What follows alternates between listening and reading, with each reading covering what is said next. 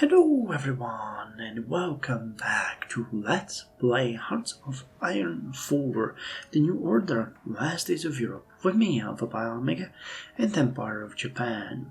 So in the last episode, we have started the effective civil service focus, and then we have just two more, stable and strong, and stronger than ever, and we'll finish off that focus tree. Kind of interesting to see if something else is going to happen. We have the Bill Corporate Regulation Act currently in the Diet with an extremely well, actually we don't have that many supportive MPs. There really isn't all that much of a choice to do here. And we have the Rantokuan 43 approaching. So I guess this one might be the last thing that's going to hit us, and it's going to be the end of it. I'm thinking whether we want to... Yeah, we want to do these. So let's invest in that, because I think that our current situation in the Diet is more than good. We have maximum support and minimum paranoia. So things are kind of good for us. So let's just unpause it and have the game run. We've been focusing a lot on research. We have quite a lot of ships. Oh god, quite a lot of extra ships that I didn't even notice were there. Okay, so we need to start drilling you. And I'm thinking we will kill this project for now and start looking at possible upgrades to our navy, because we do have a bunch of new stuff that came our way, and of course we do have a lot of these older cruisers. The new ones are pretty good, you know, they're much better than the ones we had before. But what's the Tsukuba class? The ones that we had, 1965 Tsukuba class, which is actually considered a light cruiser. That's interesting. I thought it was a heavy cruiser, but turns out it's not. Okay. Well, the 1965 Tsukuba can still be upgraded quite significantly. Yeah, we're not gonna deal with the engine and the armor. But if I put back the armor... Wait, is it the engine really? Engine 70,000 horsepower ship engines. Is it really just the engine? And the armor refit cost. Wow, the refit cost of the armor is almost negligible. So what the hell is going on? What's making this so expensive? So you can upgrade all of the missiles and everything. So if we do that, wait, this is an anti-ship heavy missile. Okay, so this is 662. That's an anti-air. Okay, 795. These are anti-air missiles. So that's still pretty reasonable. The new anti-air and the radar. Okay, that's also super cheap. And this is a... That was wait, what? That is radar, so centimetric gunnery radar. Okay, yeah, so that's a new one. And then this one is a fire control system, which we have. So what the hell is increasing that cost so much? Not upgrading the battery or anything, are you? No. I don't get it. Why is the cost so high? What else is the game trying to upgrade?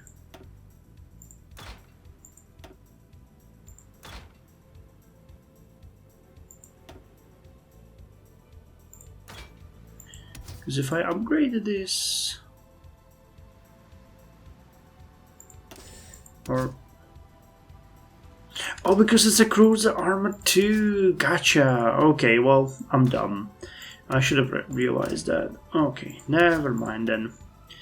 Mystery solved. Okay, cool. So we're gonna call this 1972 Tsukuba class, and I have it 1972 Tsukuba class, and put our ships up for upgrade, because those are, you know, Tsukubas are still a thing that we want to use.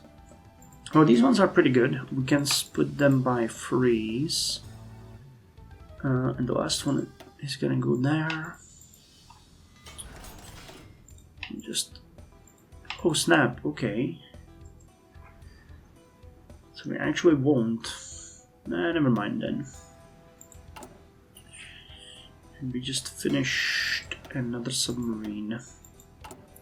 Because we're spending an inordinate amount of money on Navy now. But, you know, we have a surplus now. So, yeah, the debt to GDP is just crashing. We finished the advanced jet engine. So let's go with the stealth technology. That one doesn't give us anything, but it allows us to jump to the semi-modern stealth fighter, which might be interesting to see. Okay, plan, large scale, which gives us army experience, school construction initiative. We're working on that still. Germany is jumping ahead of us, but we're really making the gap smaller and smaller towards United States. That is something worth mentioning. And the surplus is just jumping up. I don't know how that's possible, but maybe we're just better at effectively collecting money.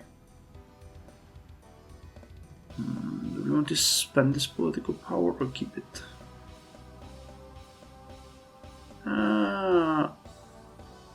I'm gonna spend it. Boosting the GDP is the most important thing for us right now, because I don't want to end this, you know, being a number 3 in the world. I want to end it being number 2, and that's where my goals lie. So an effective civil service is a good one. The bill is gonna pass. The daily political power gain is really amazing. Increased effectiveness. We might start investing a little bit more into ourselves as well once we get the surplus under control. Or I mean, once the austerity goes away and we get the surplus under control. Debt to GDP is now sub 80%. What about you guys? It's still 140%. Poverty rate is just insane. I'm pretty sure they're just getting bonuses from focuses, because this is really not how it should work. Okay, small scale thingy happening. We have an effectiveness of public meetings lowered, but that's, you know, outlawed. Penal labor, that's fine. Generally speaking, everything is really good for us. And the poverty rate, I think we have a lower poverty rate in the United States, honestly, at this point. 22.8. And we got... no, okay. Well, but we're closing the gap. We'll get you, United States. We'll get you. Fighting tyranny. Well, you may feel that way, but... annual decay. Annual decay. How about a missile crisis?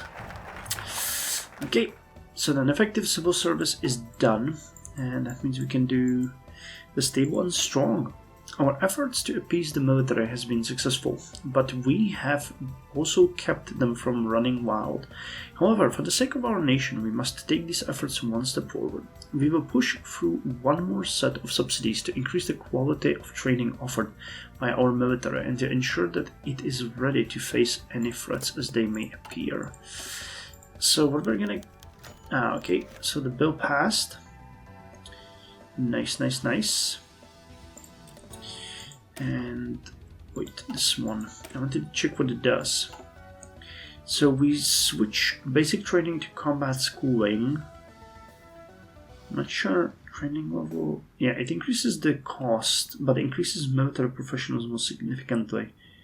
Their support increases and military professionalism rapidly improves. I think it's already rapidly improving. It is, but it's gonna be rapidly improving more. Okay, that's good.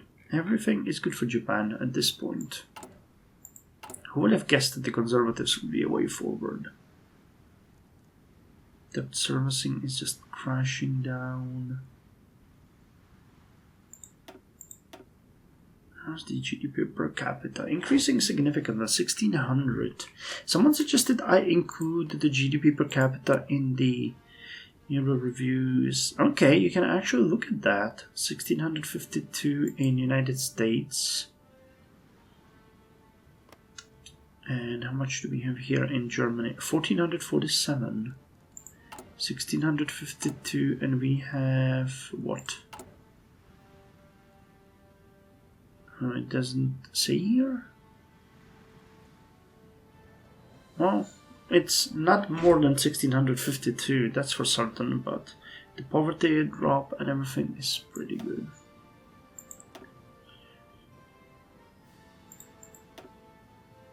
Considering we started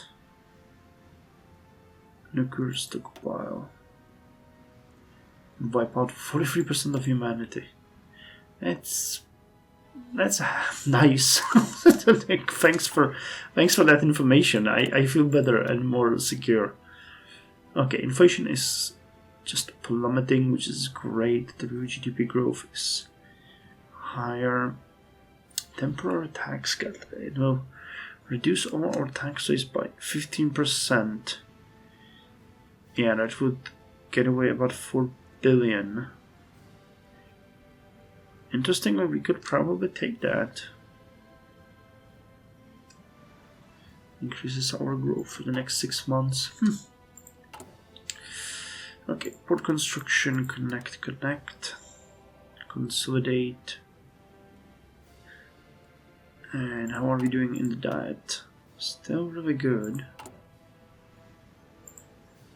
Do we have some? No, we don't. Okay, so let's improve relations with... Okay, military austerity is gone. So conservatives and reformists, 242, that's good. And let's see the budget now. I mean, military austerity is good for us in every way, I think. Yeah, so let's just put it there. We don't need that one. Or the focus on military that much. The civilian austerity is a little bit more iffy. So what can we get here? Small military parade. And large-scale training exercise. And considering how many votes we have in the diet, we can maybe do Yamaguchi, Kanahoku, Kyoto. I think Kyoto, we checked, wasn't that valuable. Kyoto. Yeah, and Kanahoku.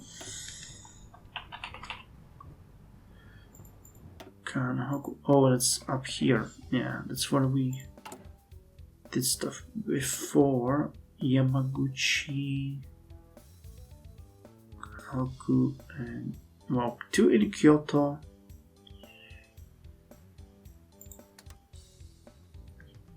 Okay, let's do 2 in Kyoto. It's gonna help a little bit. Was it 2%?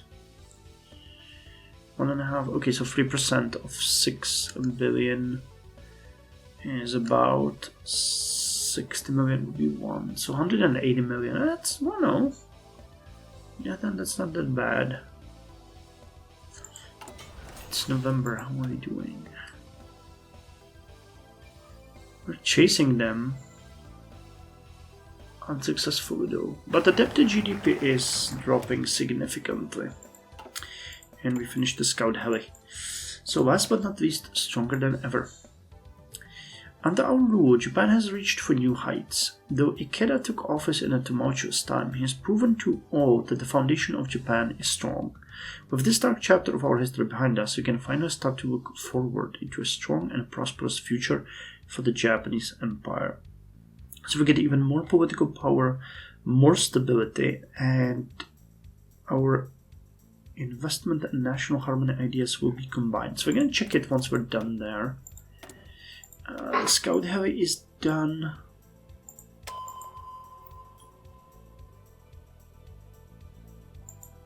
Let's research the advanced medium battery. Oh no, we can actually do this. Oh no, we can't. We can get the modern landing craft, not the other ones. And we finished the civilian factories. So can we build in Korea maybe? Yeah, we definitely can build in Korea.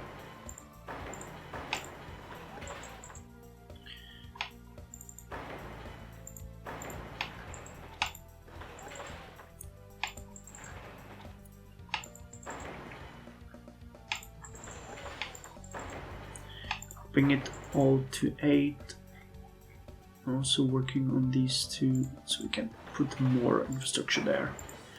I mean, it's boosting our GDP and output and other stuff, so. Okay, the aerosol boss dropped a little. We have 2 more ships here. 1 destroyer and 1 submarine. So let's assign them here. Gonna make our navy stronger. Now we're upgrading, building more ports and everything. Karafuto and Aichi. Which one is better? That's not what I wanted. Aichi.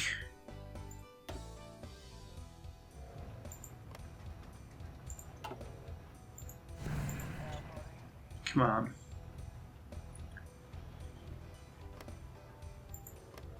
Ichiu. 16? Okay, 16 billion is actually pretty good.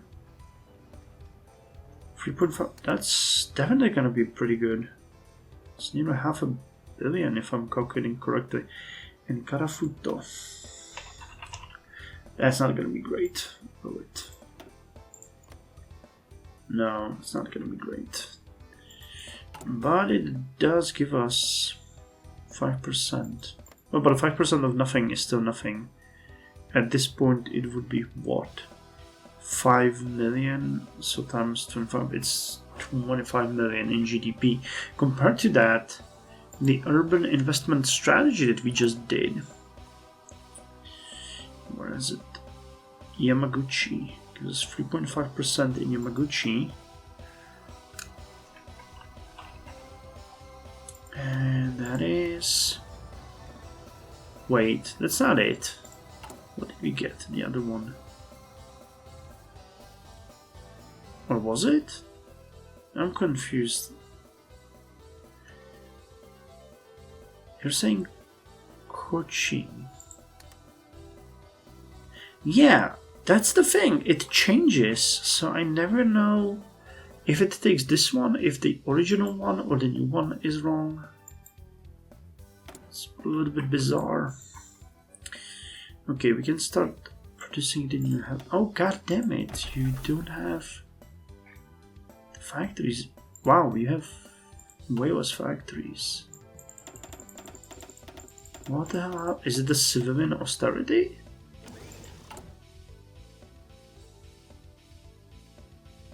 Division trading time, defense. No. Political power, resource gain efficiency. Oh no, is it the imports of fuel we did? Yeah, I'm pretty sure that's that. Okay, we got a new AFV. So let's get an armored car. We're not using those at all, but. Okay, now they're giving me one of these. And let me check if we can play a little bit with these factories. So you're fine, you're fine, you're fine. Not gonna play anything with you. Okay, we can lower these. Can definitely lower these. Tanks need more.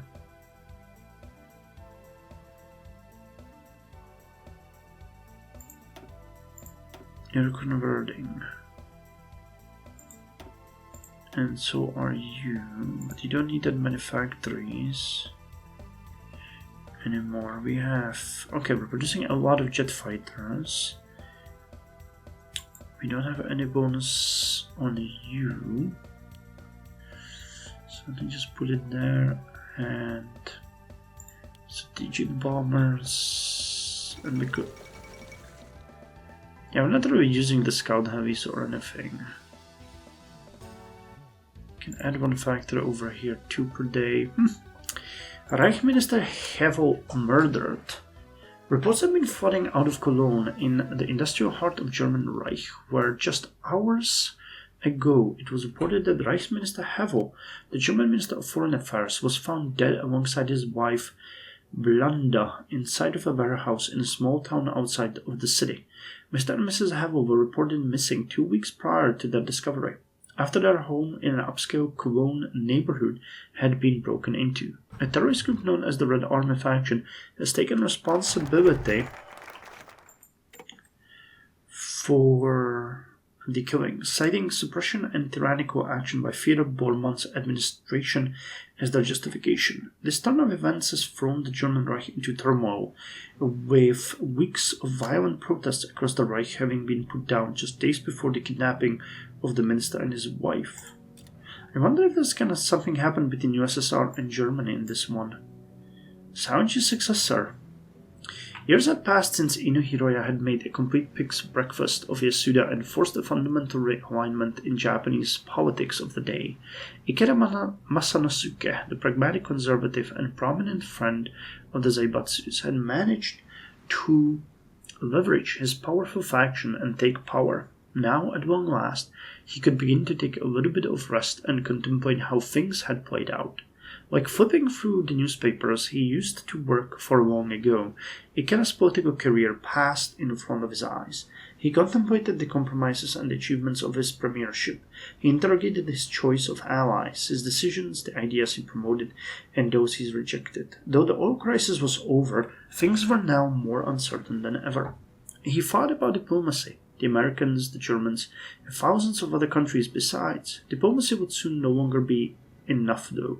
The tensions with and within China had spiked since the start of the decade. Outside of the sphere, things were worse. These talks over reunification of Russia disquieted him greatly. The coming years would prove to be another test for the empire, one greater than anything he had faced before.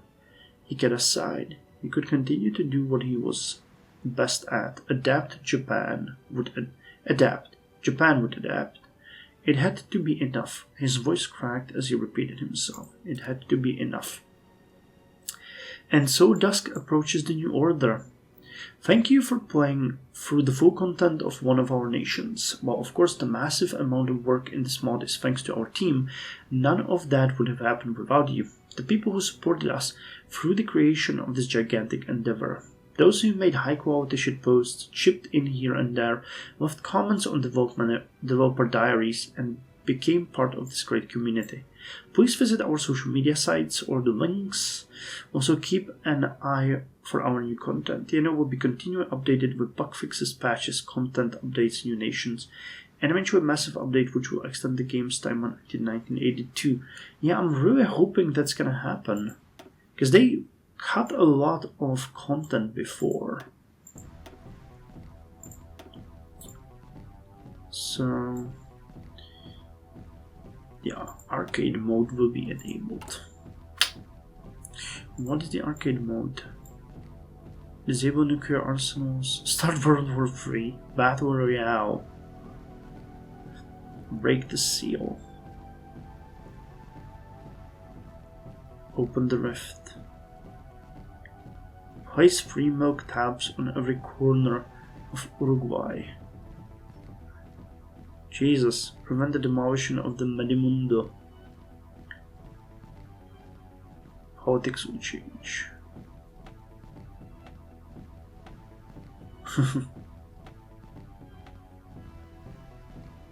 These options are non-canonical and completely unsupported.